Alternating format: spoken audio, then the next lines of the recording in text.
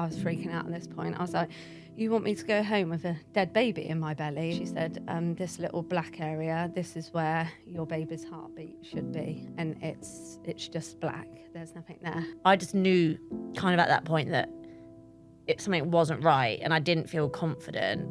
But again, I was told to go home and basically not to ring and to wait till my 12-week scan. You don't speak to any other professional after that. There's no follow-up. There's no help to process it. I didn't even know what they were talking about. I'd never heard of a molar pregnancy. No one was explaining it to me. So we literally had to sit and Google it. You have to have 3 before you get any medical investigation. And that's 3 recorded miscarriages. At this point, I'm totally detached from this baby now. And I didn't even want to touch my bump. I was like, no. He was perfect, but he just wasn't meant to be. Before we continue, I would like to quickly talk to you about my Lean with Leanne fitness and health app. I created the Lean with Leanne app to help support women with their training and nutrition throughout every single chapter of their life. The app provides structured training plans for the gym or at home for women, including programs for hormonal balance, pre- and postnatal training, building confidence on the gym floor, and sustainable weight loss. Programs that work with female bodies, not against them. You get a fully personalised training and nutrition plan, as well as recipe ideas and a library of 20 to 30 minute on-demand fitness classes that you can do in the comfort of your own home. Some of your favourite workouts such as Zumba, core conditioning and more, making exercise not only accessible to everyone, but also enjoyable. So whether you're looking to finally lose weight while still enjoying a flexible, comfortable life, whether you want to build your confidence, rebuild your strength after having a baby, or simply feel confident in your own skin, then the Lean with Leanne app will provide you with everything in one place. And I am giving all podcast listeners an exclusive free trial to the Lean with Leanne app. So if you're interested, head to the link in the show notes to get your free trial now. Hey guys, and welcome back to We Missed The Memo, the ultimate women's health podcast giving you access to all of the information we should have been told about sooner with no appointment required. We are back with another episode from our Lived Not Learned series, where we invite real women on the podcast to talk about their real stories. And today's episode is a deeply personal and emotional one. We are going to be discussing miscarriage, baby loss, and pregnancy complications. So before we get into it, if this is something that feels close to home, please ensure that you take care whilst you are listening to this episode. You will also find in the show notes for this episode links to charities, services, and support networks to help you or your friends and family if you have been through any of the issues discussed in today's episode. This conversation is about helping the 1 in 4 women who experience pregnancy loss. We want to help them feel seen, heard, but more importantly, to never feel alone. So let's get into it. Today, I am joined by 2 of my absolute besties, Vix, my work bestie, and Kim, my OG bestie. So before we get into the serious stuff, welcome to the podcast, girls. Hello. Thank you. Have you ever done a podcast or anything like this before? No. Yeah. So we're all like rabbits in the headlight. Yeah, exactly. Yeah. Can you tell the listeners a little bit about who you are and where you come from? Shall I go first? Yeah. I'm Kim. I'm from Kingsbridge and I'm a childminder and mum of 2 boys.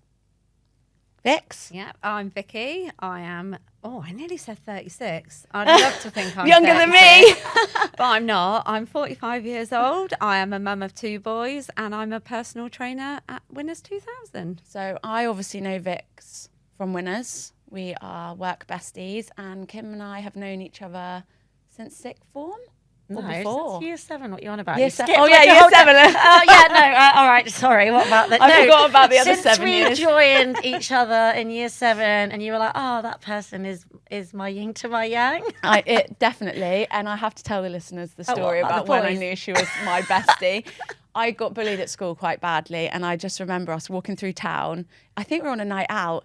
And the boys who used to bully me at school were like shouting at me from across the road. And Kim took off her high heel and she ran across the road and was like, come and say that to my mate's face again. And I was like, that's my best friend. She's going to be my best friend for life. And then you had like a really good glow up and you were like, Yeah, to those boys. Yeah. I bet they're in your DMs. Like, do you remember that time I chased you down 4 streets saying how pretty you are? Yeah. I love it. So we are going to be discussing each of our individual experiences with pregnancy loss, baby loss. So Kim, I'm going to come to you first. Whenever you feel ready, in your own words, can you share your experience? So with my first pregnancy, I was really lucky. I guess, lucky is not the word, but fell pregnant fairly quickly. Everything was fine, nothing to worry about. So come when we decided to try for baby number 2, I kind of assumed that's how it would happen, that, I'd come off the pill and we would try, and it might take 6 months because that's normal. Got pregnant, probably 4 months of trying. Found out when I missed my period, so I guess 4 weeks. Everything was okay, and then at 6 weeks, I started bleeding. Like, not enough bleeding to obviously really kind of it to be happening there and then, but enough to be like, this is not normal. So I got sent to Torbay for an early pregnancy scan, and they scanned me at 6 weeks. There was a heartbeat, but nothing else because it was obviously early. So they were kind of just like, bleeding happens, this is normal, go home. There's nothing we can do, there's a heartbeat. And then that bleeding continued. So 2 weeks later, I'm 8 weeks. I'd say the bleeding had increased. I was concerned, trying to function in a normal everyday life when you clearly know that this is not normal because this didn't happen in my first pregnancy. So at 8 weeks, I was sent back for another scan. Again, there was a heartbeat and a tiny fetus, but the bleeding had increased. And I just knew kind of at that point that something wasn't right, and I didn't feel confident. But again, I was told to go home and basically not to ring and to wait till my 12-week scan. So then I spent the next 4 weeks, and by this point, the bleeding had got to the point where I was expecting to have a full-on miscarriage at home, but it had never got to that point. So come 12 weeks, I think deep down, I knew that it wasn't going to be good news, which some women don't have in that instance. Because I guess if you've had no prior bleeding and you go to your scan and there's no heartbeat, that's obviously shocking. But for me, I kind of was just like, well, I knew you'd say that.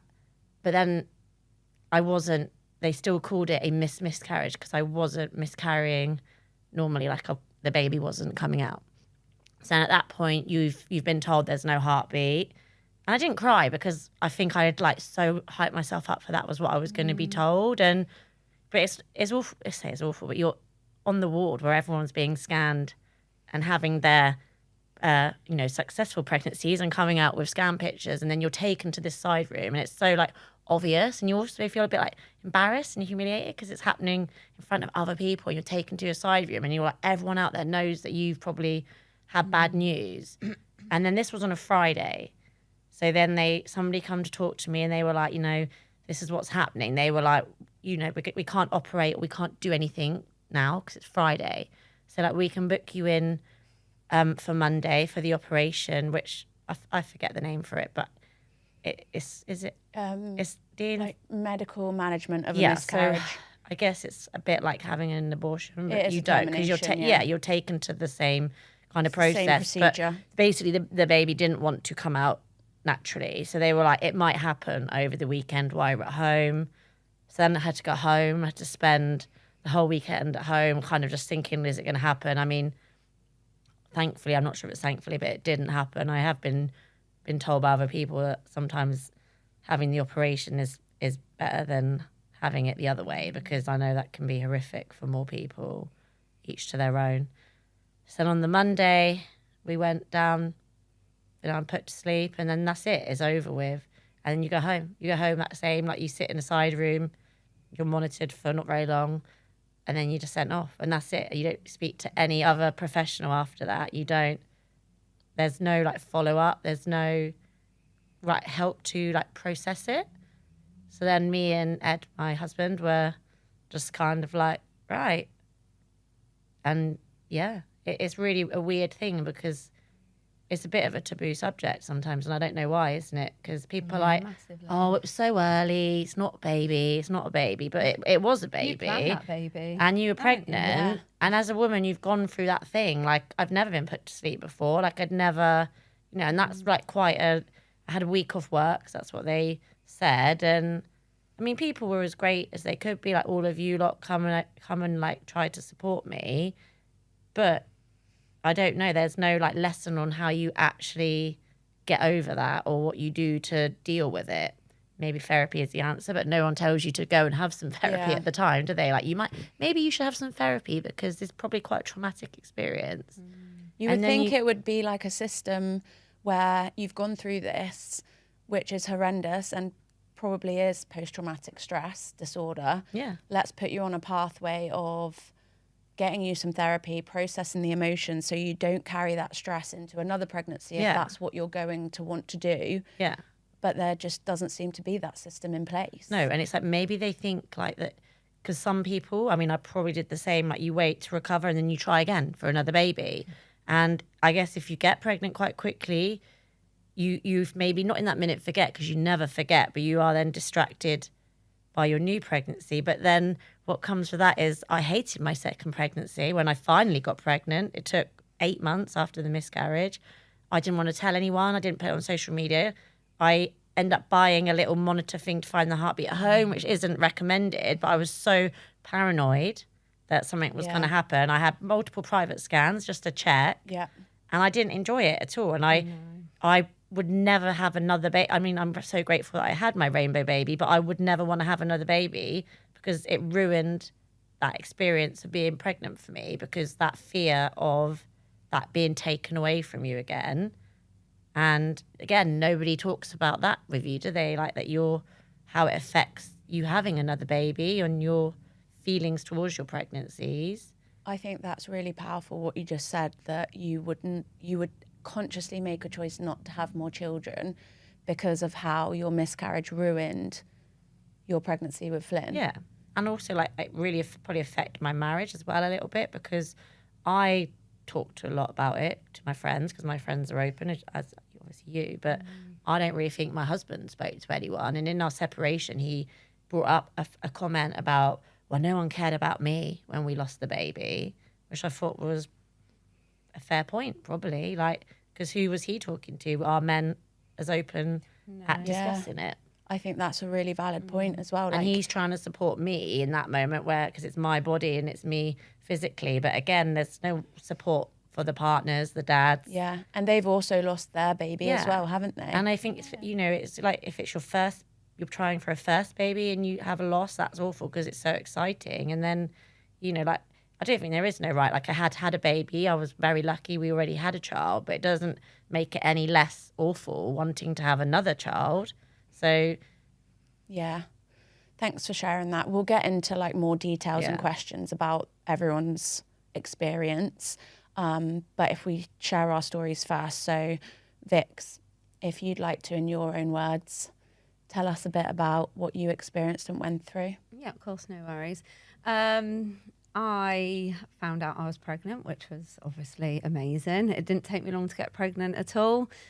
Pregnancy was really great. No problems. Flew through it. I got to 32 weeks. And that's when it all went wrong for me. Me and my husband at the time, we'd just moved house. And I get on with everything, I get on and I do it. And I sat down that evening when we'd sorted everything out, and I kind of, sat down on the sofa, like, we've done it. And I had this massive movement, like a 360, the baby just totally turned in my tummy. And I was like, oh, wow. And James said, are you okay? And I was like, oh, God, I've just had the biggest movement, but nothing normal, like what I'm used to. And it was just, I don't know, feel a bit weird, don't feel right. The movements have been fine up until then. There have been no concerns at all. And I went to bed and I slept all night, which is really unusual. I didn't wake. The baby didn't wake me kicking in the morning. And I think as a mother, I knew straight away that something was wrong. But obviously, James, you know, they don't feel all those movements, do they? So kind of got up, got on with it, had some breakfast, and I just knew it wasn't right. And I phoned the maternity unit, and they just said, "Oh, monitor yourself for 2 hours, drink ice cold water, lie on your left hand side, you know, poke the bump, etc." And sadly, we had a Doppler at home for the heart rate, and that was the worst thing I could say that I ever done, because we thought we found the baby's heartbeat, and it wasn't. It was mine. So I was kind of like, oh, and James said, "Oh, there's something there." And I was still like, "Nah, I haven't had a kick. Like, I haven't felt this little baby move." So 2 hours passed, and I called the hospital again, and they said, "Right, come on in. We'll just check you over thoroughly." So we made that awful journey to the hospital. And at this point, I knew. I 100% knew it wasn't right. We went into where everybody else was going to have their scans, as you do. Got called into a little room, and she got the monitor on, and she was there for quite a while. And I was just like, "Look, I know there's something wrong. I know there's something wrong." And that's when all the people start coming in, and I was like, "Right, like, you know, just tell me. I know it's not right." And she said, she like pointed to the screen, and she said, "This little black area, this is where your baby's heartbeat should be, and it's just black. There's nothing there." And I was like, "Right, okay." My coping mechanism kicked in straight away. I've got to deal with this now. It's me that's got to do whatever I've got to do to look after myself and get this baby out. That's how I felt at the time. James phoned everybody, told everyone. Everybody was distraught, obviously. Mum and dad come, his mum and dad come, and my best friend come. But there was nothing nobody could do. And then I was like, "Well, what happens now?"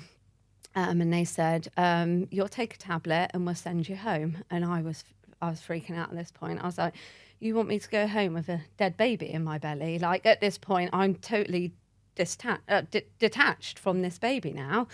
And I didn't even want to touch my bump. I was like, no.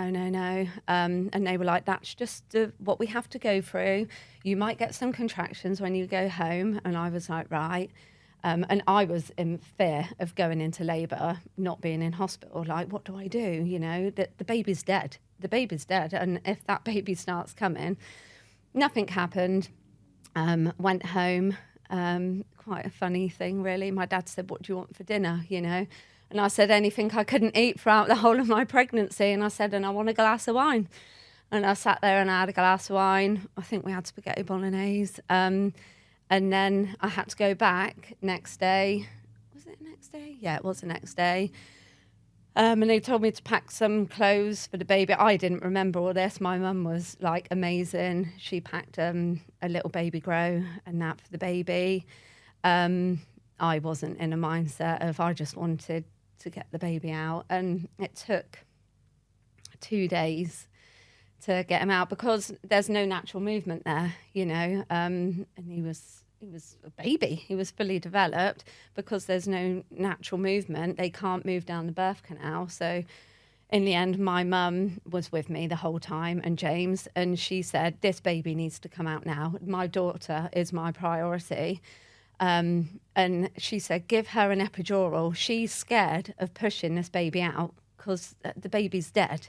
I know my daughter, give her an epidural." And eventually they did. And as soon as they gave me an epidural, I could push him out, which was the strangest feeling ever. We were both still elated because we found out we had a baby boy, and we didn't know. We didn't do a gender scan. So it was like, "Oh my God, we've had a boy." And you still feel, wow, we've had a boy. And then, you know, you have to go through the whole grieving process and the stages after that. What do we do now? Where do we go now? Where does the baby go? Like, you know, do you want to hold the baby? Do you want to look at the baby? There were so many things that in that moment of time, it was hard to make those decisions. And I did choose not to see Toby, that was his name. And I don't regret it. I don't regret it. My mum looked at him, James looked at him. I can't remember whether my in-laws did, but they took photos of him for me. And it took me about a week to look at them myself. And when I did look at him, he was just beautiful, and he looked perfect. You know, you look at them, all they have is these bright little red lips, just where obviously the circulation has gone. And he was perfect. My mum said she checked everything all over with him. You know, he had his little willy and all his 5 fingers and 5 toes. He was perfect, but he just wasn't meant to be. He was just born an angel. He was, yeah. He was born silently but perfect. Yeah. Aww. Yeah, I mean, there's so much I could go into detail with you, but yeah, we could always, if you've got any questions to ask. Of course. I'm so sorry you've both gone through that, and like Vix in particular, you're so strong. I would have made the same decision as you, I think, personally, to not see, because you have that ingrained in your head for life. I wouldn't want to let him go. Obviously, you were way more pregnant than me, but straight away, I couldn't attach myself to that pregnancy because it didn't. It's a really surreal thing, isn't it? Like you just like that whole like I just wanted it done with, and that's what kind of weird, because we shouldn't feel like that, because it's a baby that we really wanted, but in that moment you're just like, it's like I just want it done now, just get it out of me. And I think it's a stress coping mechanism, isn't it? Like your brain will just shut the door and be like, right, no emotional connection to this now, because else it's going to be too traumatic. That I don't think that's something I can do. I don't think I'm a person who can detach very well. I wasn't as pregnant as you guys when I've had 3 miscarriages now, but the one I'm going to talk about today is the molar. So I knew from the minute I was pregnant, because I felt so unwell. I had absolutely horrendous sickness. Like, it sounds funny to say, but the sound of the kettle, the smell of the kettle boiling made me sick, and I couldn't brush my teeth. I was just really unwell. I couldn't stand up, and I thought, I'm pregnant. And my boobs were so painful. But immediately I was like, this isn't right. I know this isn't right. Then I started bleeding and I had clots, and I thought, I'm having a miscarriage. So I went to A&E. I remember it was a Sunday. I went to A&E and they saw me pretty quick, straight up to the early pregnancy unit. They did a blood test and they checked my cervix. They said, your cervix looks fine, everything looks fine. And the blood test showed that I had high levels of HCG hormone. Mm-hmm. So they were like, we think everything's fine. Your HCG is high, which is a good sign. Come back Tuesday and we'll do an early scan. So I was so unwell all the Monday, went back on the Tuesday, went in. Obviously, an early scan is an internal scan, so it's not the nicest of things to have. And I remember I was laying in the room, having my scan, and there was a lady, the sonographer there, and there was also a training lady there, a student nurse. And I could hear them muttering and I could see them looking, and I just knew, you know, when you can just pick up an energy, and I thought, something's not right. And she said, you're 8 weeks pregnant. Do you want to look? And something in me just said no. I was like, no. And she's like, okay, we're just going to take you back out to the waiting room and we'll call you back in. And I thought, I know this isn't going to be good news. At that point, I was so unwell. I hadn't eaten or drunk, and I just laid on the floor, and the lady came to me and said, you're unwell, aren't you? And I said, yeah. So I was whisked up to the, I can't pronounce this right, hyperemus ward, which is extreme morning sickness, put on 2 drips, administered medication. And the lady came in and said, you've got a partial molar pregnancy. And then I just remember it's like white noise. It's like people are talking to you and you don't really know what's going on. And she basically said, there's something wrong with the umbilical cord. It's a partial molar pregnancy. It's very rare, blah, blah, blah, blah, blah. That's all I remember. We'll give you some time. So I was on the bed. I remember my husband being sat next to me and just thinking, what's going on? They then took us out the ward, put us in a private room, and another lady came in and said, you need to decide what you want to do. And I was like, what do you mean decide what I want to do? Like, I just had I didn't even know what they were talking about. I'd never heard of a molar pregnancy. No one was explaining it to me. I was so unwell, I couldn't make any decisions. So we literally had to sit and Google it. We were Googling what it meant. And a molar pregnancy basically is when a pregnancy, well, it doesn't really exist in terms of there's no baby, there's no viable fetus. It happens at the point of fertilization, and fetal matter creates like too much. So imagine the sperm fertilizes the egg, and instead of creating a baby, it just creates this mass of cells like a tumor. And in very rare cases, some women need to have chemotherapy. So it's like sort of like a cancer. So there's no baby, but no one's saying that to me. I'm severely unwell and I'm being told, you need to make a decision. What do you want to do? Well, there's no decision to be made. If I go home, I'm going to miscarry. But if that molar pregnancy continues, not only is it going to massively grow inside me, it's also potentially going to kill me. But I was being told, you need to make the decision. And maybe it's a legal thing, I don't know. But basically, I have to have this operation. But they're making that my decision. And it was horrendous. And the lady kept coming back in every 15 minutes. What do you want to do? What do you want to do? And I just couldn't even speak. I couldn't even say anything. And in the end, my husband was like, she's so unwell, she needs to have the operation. So then, like you, Kim, they said, we don't do the operation today. You need to come home. You need to go home and come back in 2 days. They sent me off with sickness medication because I was so unwell. And I went back 2 days later. And to be fair to them, they had me in first thing. I had my own room.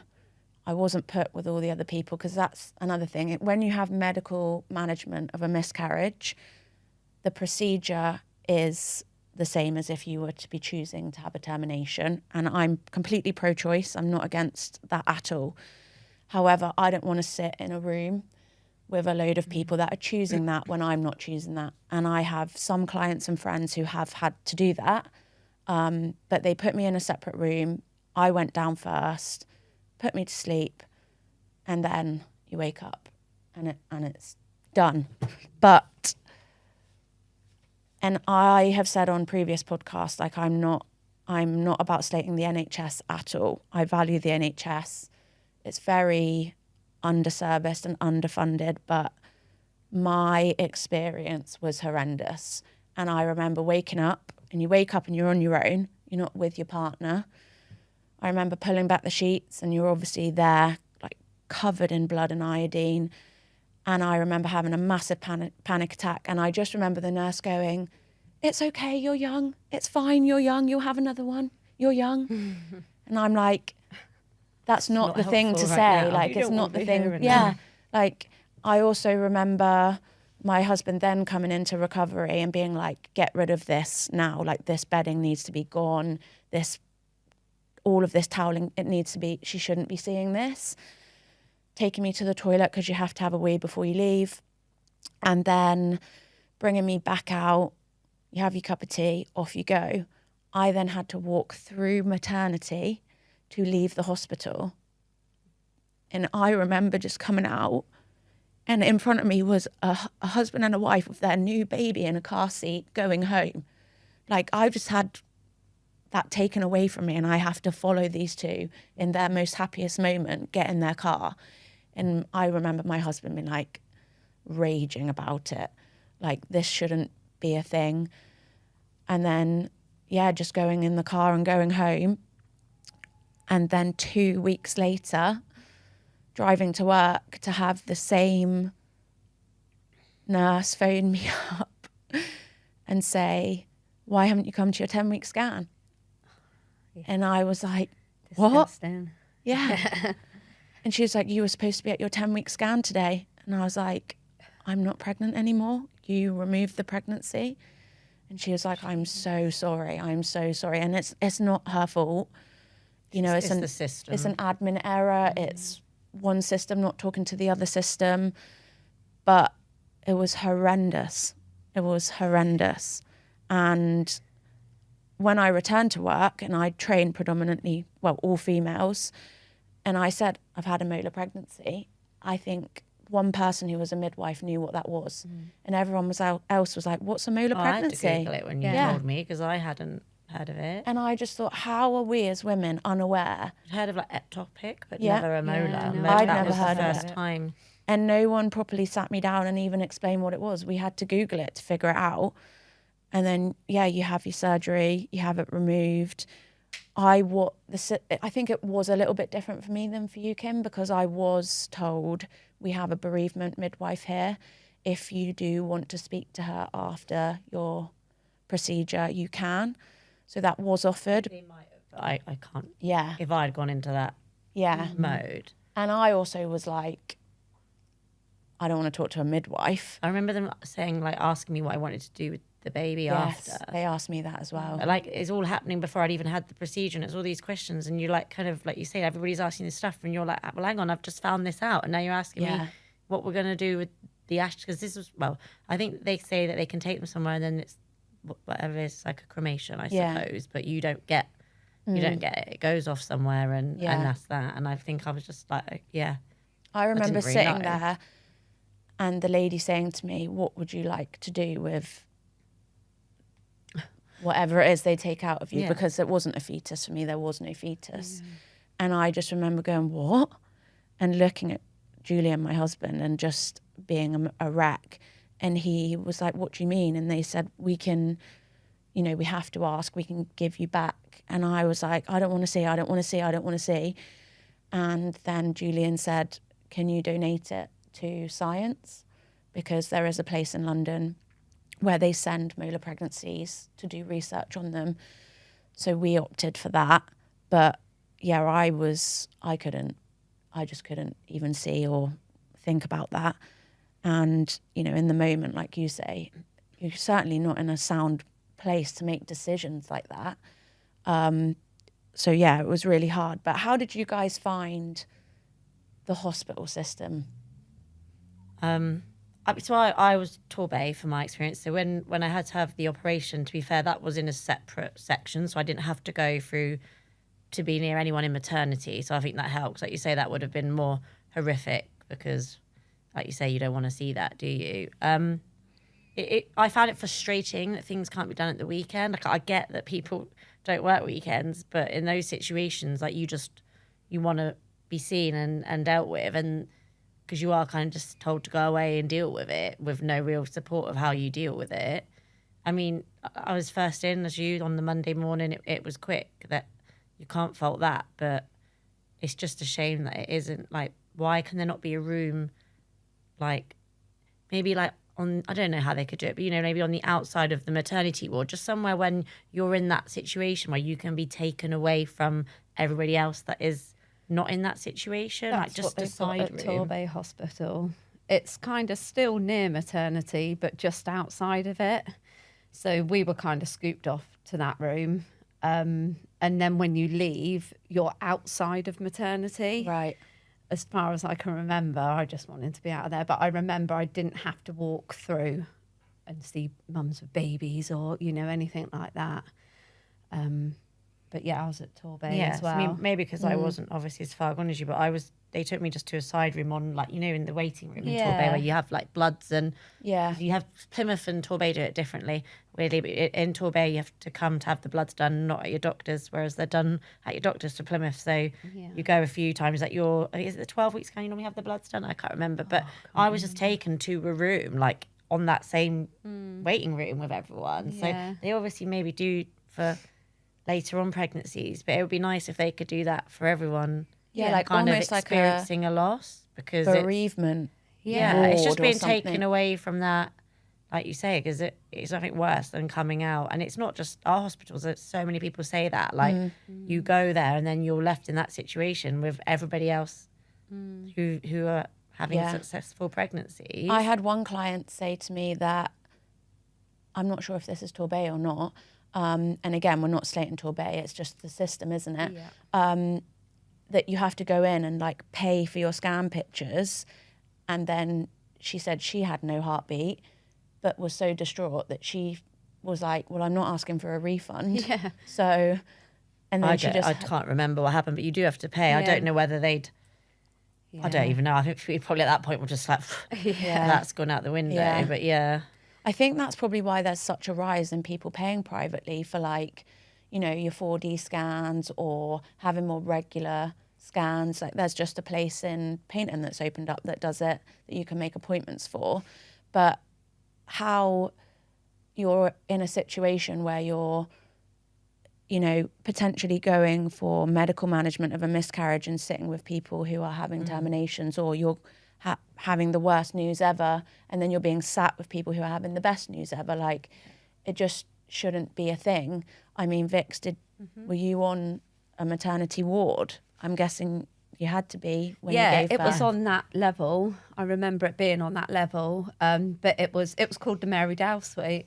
It's just come back to me then. And it wasn't the best room. My dad come in to see me as well. It was an open room for both grandparents as such, and he was like, God, I need to come in here and do some decorating. I'm going to offer to come in here to make somebody else's experience just that little bit nicer, because it was terrible. It was the decoration, the dado rail, like halfway through, striped wallpaper, a pull-out sofa bed that James got offered to sleep on. You know, it wasn't ideal for the situation that we're in. It has been done up since, though, which was lovely, because I try and keep in contact with what's going on up there. And they've got cold cots and stuff now as well, which is nice. So if people want to spend time with their babies, they can, which it's lovely, you know. So things are moving on. And the midwives were amazing. I had a student midwife. I always try and find a positive in any of my negatives. You know what I'm like anyway. I had this student midwife, and it was her first stillborn baby, and I felt for her more than I did myself, because I was like, God, you know, you have to deal with this. It's everybody thinks, oh, I'm going to be a midwife, lovely, Yeah, because bring they're all thinking these they're bringing a babies healthy into the baby world. into the world, but it must be And hard then when you get that was her first stillborn baby. And ironically, with my rainbow baby, Fletcher, I spotted her on maternity when I was up on the ward, and I was like, can you get that midwife to come over to me? And she went, oh my God, it's you. She was like, oh, you've got your baby. And she was so elated. Like she said, from going from seeing you like with Toby, and now here you have your rainbow baby, she was like, it's lush. So yeah, I no faults for any of the staff. They were all brilliant, which is great. Yeah, I don't fault any of the staff. I think it's the system more yeah, than the staff. my isn't it? experience- They're all like you know, they're under pressure, aren't they, Yeah. because Yeah. of financial cuts and staffing and everything else. But Yeah, and I had a lovely lady who was so lovely to me. You know, I remember when Julian had to say she has to have the operation, just sobbing and sobbing, and she was like, it's okay, we're going to look after you. We promise you we will do whatever you need to be okay. She was just so lovely. She tried to help take the responsibility off me, because that's something I've had to work on in therapy, because, you know, you never know, could it have been a miracle? Could you have gone full term and had your baby without making that decision? But like, you can't, because biologically it wasn't a fetus, but being given the decision, you know, you feel guilty, don't you? So that was something I had to work on. And she was brilliant. She was like, it's not your fault. We're, you know, it's not a termination. It's not a termination, she kept saying, because essentially, like, the procedure is the same. So trying to like mentally separate the two was really hard. But she was great. It was just a system fault, you know. well, and the fact that they'd already said to you you're 8 weeks pregnant, that doesn't help, because they've made out that you've been pregnant for 8 weeks, when, like you say, it wasn't actually a fetus, but they've never actually said that to you. Like, they're saying other things, and then whereas if they'd been maybe more I don't know how that system works. Like you say, like, you know, it is an actual pregnancy you might have, but giving you a choice that, Yeah. you know, that it made you think, but what if? What Yeah. if they've got it wrong? Or what if that this isn't right? What if they got everything wrong and, you know, I could survive this? It was tough, but I knew there was something wrong, and I was so unwell. Like, I've never been that unwell. I couldn't eat, I couldn't drink, I couldn't get up off the sofa. Like, I needed help to walk. So my HCG levels were through the roof, which is an indication of a molar pregnancy. Because, like I said, it's just a complete mass of cells. There's no, there was a little bit of fetal matter of me because it was a partial molar, but there was no like umbilical cord, anything like that. So I know that there are women who have molar pregnancies who have to continue to then have lots of treatment, who cannot try for another baby for 12 months, who have to visit a special hospital in London and have their cells tested and stuff, because it is very much like cancer, and some women have to have chemotherapy. And I was very lucky in that instance that my bloods came back fine pretty much straight away. And when I woke up, it's really hard to explain, but when you're so unwell, and I'm guessing anyone who's ever experienced bad morning sickness will understand, but I woke up from the operation and it was just gone. There was nothing, no sickness, no nausea, no nothing. That was like me when I knew Toby had died in my belly, because all of that had gone and I slept, which was rare. Yeah. So it's crazy, isn't it, how your body like signals. Yeah. Did you feel like you were informed about what was going on with your body and inside your body at the time? I mean, to an extent, but you don't, like, I think that you just don't think it's going to be you, do you? And you're just trying to process everything, and they're telling you all the stuff they probably should be telling you, but does it, I don't know if it goes in at that moment, and then in the system you are, is that's what's going to happen. We put you in for Monday, see you later. And then it's a case of you might naturally start miscarrying over the weekend, but no one really said to me, you know, like what that might look like or what to expect. They were just like, it might happen, if not, come back Monday. But I guess as well, you have no indication as why this might have happened, how this might have happened, and I suppose they don't know, do they? No. And that's a hard thing as well. What about you, Vix? Like, so the next step for us really was then we wanted to know why this had happened. That was the thing for us. So we chose to have a post-mortem done on Toby, and they obviously checked me out as well. And it would come back as no known cause, which makes it even harder, because if there was a cause, I could look for that in my next pregnancies. So there was nothing to look out for, which was really bizarre. I still think to this day he got caught up in his umbilical cord when he done the big movement, because when he come out like Superman. So his arm was like up here and the umbilical cord was wrapped around his neck. So I think he starved himself or strangled himself in my belly. So for me, that was what I took it as, that's what happened. And that was the only way I could process, you know, because no known cause. Well, what does a baby just die? There's no closure. Nothing at all. And it took me a little while to get my head around that, because if there was a reason, I'd be like, well, that's okay. They can check for that in my next pregnancy. But because there was nothing, so obviously then... Is it common for them to say that as well? Like, no... Yeah. That's insane, isn't it? It is. So I know the process, obviously, for miscarriages is, and it's hard to believe I'm even saying this, you have to have 3 before you get any medical investigation. And that's 3 recorded miscarriages. So, for example, I have had 3, one being a molar pregnancy, but my 2 previous, because one was so early and there was no medical intervention needed, it doesn't count. And the second one also didn't count, they told me. So it has to be like 3 traumatic miscarriages, which I'm not sure how anyone survives that, to be honest. But when you lose a baby and they're stillborn, Do you get investigated? I mean, they've checked why, Yeah. but what about like moving forward? No, not really. I just got told to give it time, and obviously, I didn't want to take my time. I wanted a baby. That's why I was pregnant, because I wanted a baby. So I think they said for me to take 3 months before we tried again.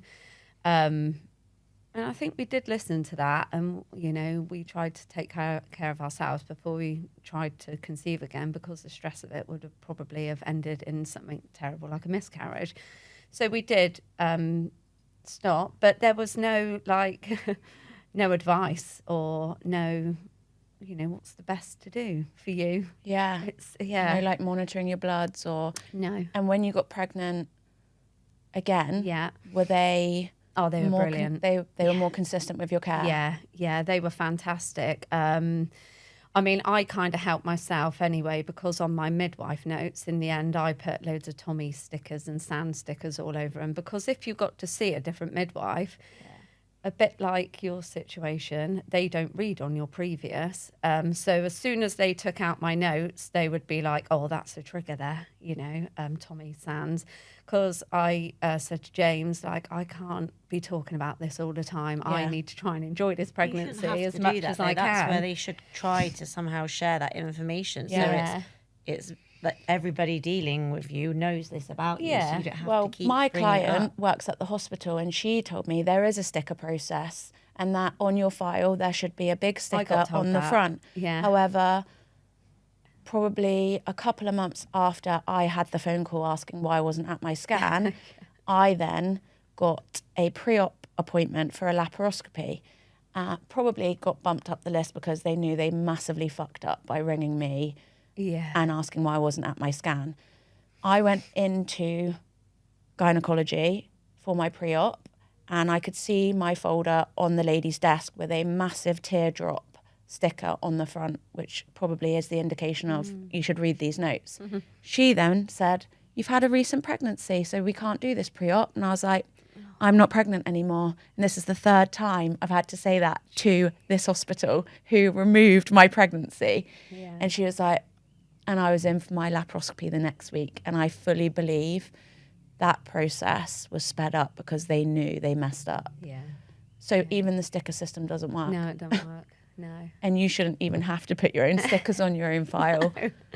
Did they give you extra scans then? Yeah, I got, I had an open door to the maternity unit, basically. They were like, anytime you feel uncomfortable or you don't feel like your baby's been moving, you come in. And I was like, right, okay. And I did, to be fair. And, work were great with me as well. I would sit there stressing, and my boss at the time went, just go up to that bloody hospital and get yourself checked out, and I'd be like, okay, and off I go. And everything was fine.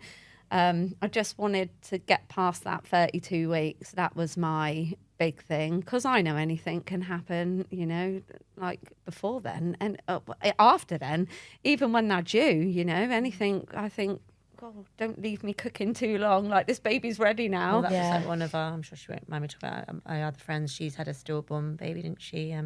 Little boy, and that was pretty much full term. Yeah, horrendous. Yeah, there's just, you're never safe, really, There's are no- you? And there's no safety you don't zone. want to take away the enjoyment from it, and it's really hard. Like, I try not to be, when people are excited about their pregnancies and they talk about it really early and they like post it on social media, I'm like, oh, like trying, just don't, you just don't know what's going to happen, and that is maybe being negative, but like, it is just unless you've been in that situation, isn't it? Yeah. People don't maybe think, like, you just think everything's fine and it's all great.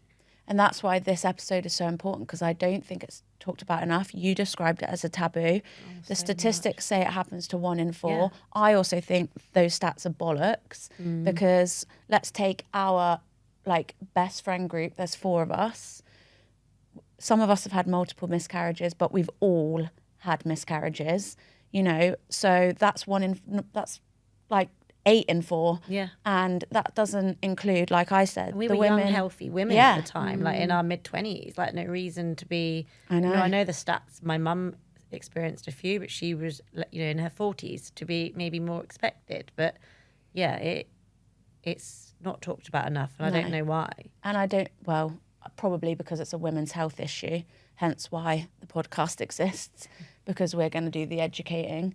But one thing I do want to say is what you said about like having an open door to maternity. I think every female should just push for that. I'm not saying go and get scanned every day, but if anything feels off, if you feel anxious about any part of your pregnancy, you keep bringing them until they scan you. And you know your body Yeah. better It's than a shame, anyone like, else. this, like, because obviously where I live is more rural. So for me to get to a hospital, it's an hour.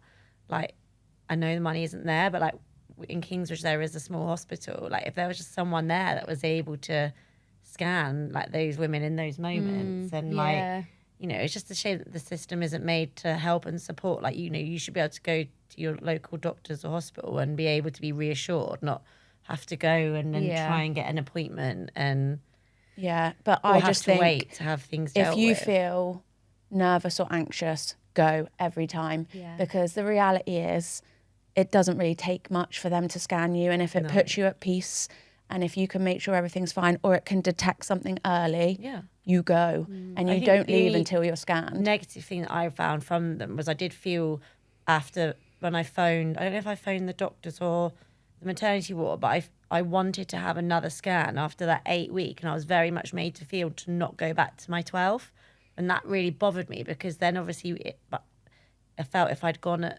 8 weeks I would have known, 10 weeks, that the baby, but then I had to carry on a month thinking I was not knowing if I was pregnant or not, and I was made to feel that I would be a nuisance to go back again, and that was not fair, because obviously I was right and there was something wrong, so why make me feel that I'm not?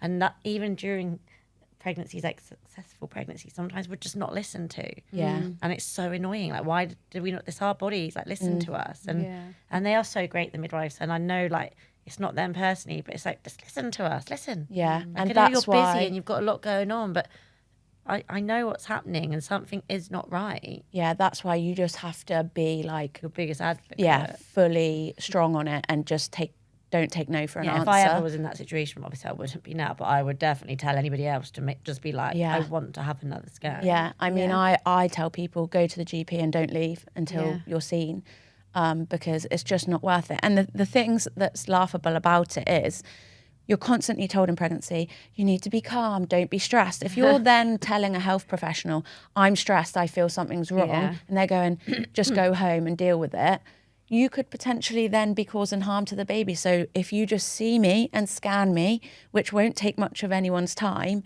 and then I go with peace of mind, it's all good. And I think that's probably, again, like why now there's so many private scan places everywhere now. But you have to be so careful with those, because I forget her name. There's a girl on Instagram. She's been struggling with conceiving, and then she thought she was pregnant, went to an early scan unit. They told her she was, and I think she's something very similar to you. And so they need to be very careful, those places, making sure they're using highly qualified people that are informing people of the right stuff, because they were told that there was a pregnancy when there wasn't.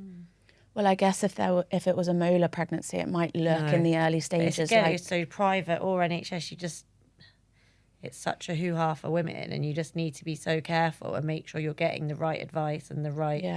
I just think it's a shame that once again women are having to pay private for peace of mind or to feel safe in their pregnancy. You know, it's a miracle bringing another human into the world. So to then have to pay, you know, and I mean, when's your last scan? What date's your last scan? 20 weeks, and that's it. And then you're left for... Till the baby comes, another 20 weeks. Which is crazy, isn't it? I mean, you do see the midwife a bit more, but not a lot more. And then if you've already had one baby, you see the midwife even less, because you've already had a pregnancy before, so you don't have as many appointments. That's regardless of how It's a shame age gap that you have to have something like what I went through to get that.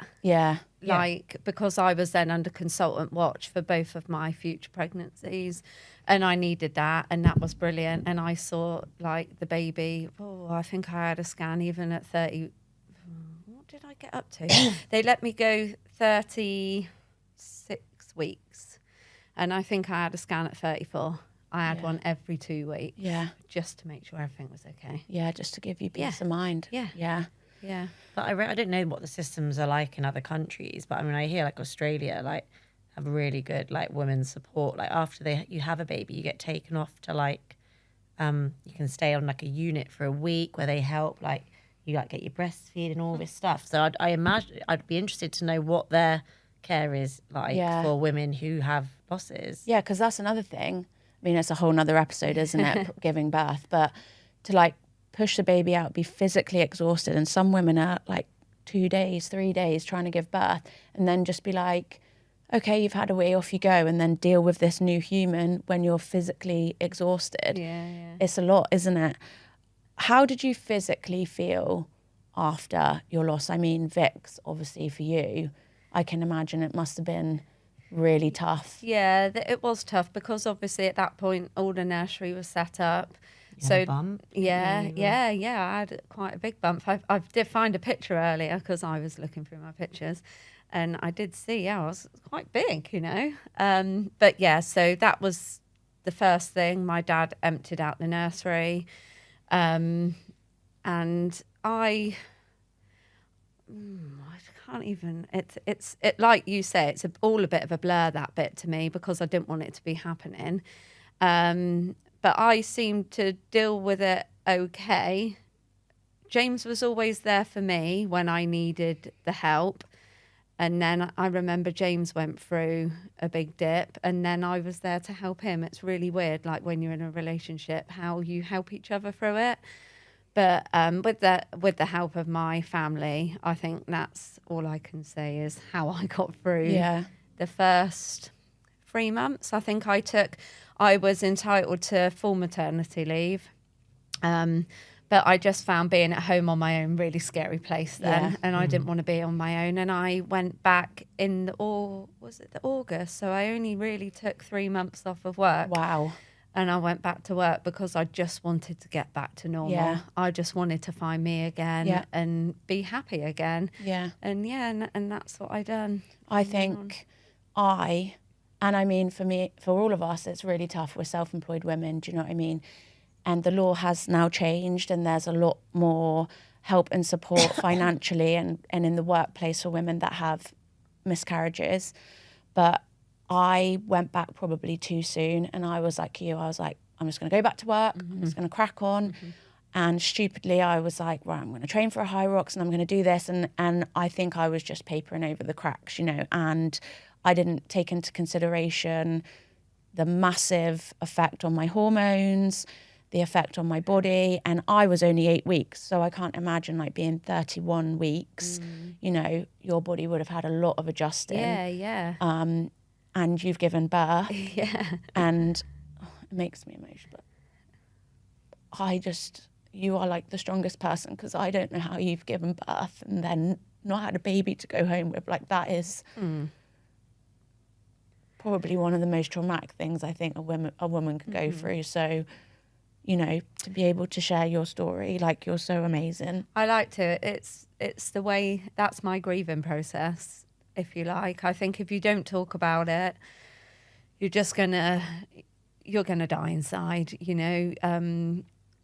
Talking's the best therapy, isn't it? Yeah. So, and I speak of him all the time, and Fletcher and Tommy know that they've got a little big brother in heaven, and I will never have it any other way. And that's just, he's always up there watching. How old would he be now? Oh my gosh.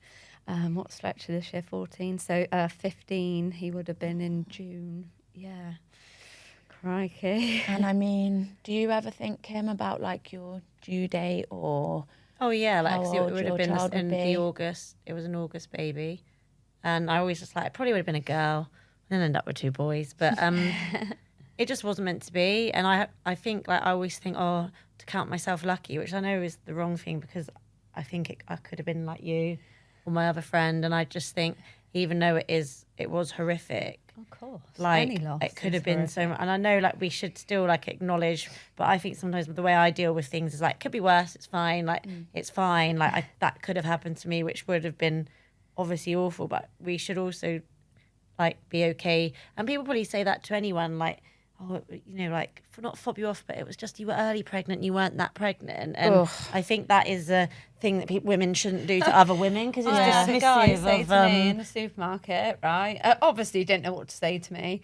And he turned around and said, well, at least you know you can have a baby. Oh, Yeah, people say the wrong things. And I was It's like, like they're trying to help, ridiculous. but they say Yeah. the wrong thing, and it's like it doesn't matter whether you were early pregnant or not. Like it's still a loss, and you can still be. Your emotions is valid just as much as Yeah. the person who was more Yeah. pregnant. you can be And 8 seconds, 8 days, 8 weeks, 8 months. Yeah. You are plan. pregnant. End As of. soon as you know you're pregnant, you think of your baby's due date. The They're names. going to be here for then, Yeah. for this, for that, and that is it. All in that 5 minutes of Yeah. you finding out you're pregnant, you start planning for that baby to arrive. Yeah. So And it I was, doesn't like, matter quite- what because gestation I was you're put at. pretty much on bed rest, which was impossible because I'm like, I need to work. I'm self-employed and I've got a 4-year-old. I can't. So I would just spend, like, as soon as I finished work, I'd go and have to watch telly. And I put on a lot of weight because I was like not doing anything because Yeah. I was told to just rest. Like that would stop the bleeding. And we didn't tell my 4-year-old what was happening, but obviously he knew things were not good Yeah. because I had to go into hospital and he didn't really understand, and at the it's hard. time and like, so it must be worse if you perhaps got older children who like who Yeah. get it Yeah. and he just knew Well, I that mean, was you went upset. through that with your mum, didn't you? Because Well, your with mum, such a big age gap. yeah, you have Yeah. a big age gap with your sister. Yeah. I'm sure your mum won't mind us talking about it.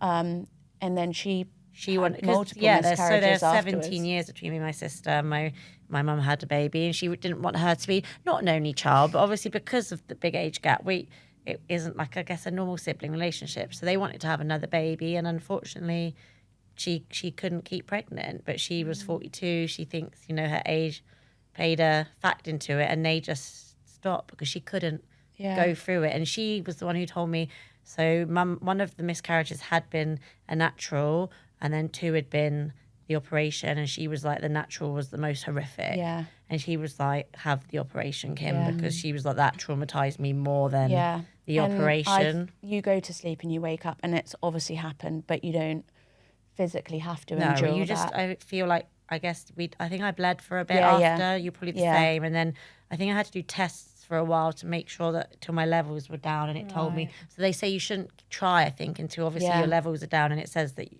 do a test and it tells you that you're not pregnant. Then you can start trying again. If you could advise any female going through this now, what would be like the one bit of advice you'd give them? Talk. Probably say the same. Massively. Yeah. Like, is talk about it, Yeah. because we all know if you don't talk about things, and maybe check in on your partner, like, because sometimes it is always about us as the women, and Yeah. it is awful for them too, Yeah. because they want that baby just as Yeah. much as, and they feel their hopeless because baby. they can't take that away from us, like they can't take what we're going through because they can't carry a baby. Yeah. Yeah. Yeah. And therapy, I would say. Oh yeah, so definitely.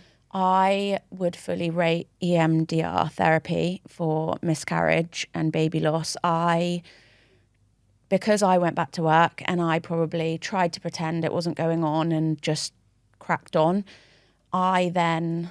so my molar pregnancy removal was in the August, which will be 3 years ago this August. And 12 months later, I remember going to a concert and being really unwell and thinking, this has happened again. And I had severe nausea, debilitating nausea. And I thought, I'm pregnant. Even though I knew I couldn't be, I thought, I'm pregnant and I've got a molar again. It was the same sickness. Passed about a week later. The following year, so last year, was basically the start of when I had my, let's call it, nervous mental health breakdown.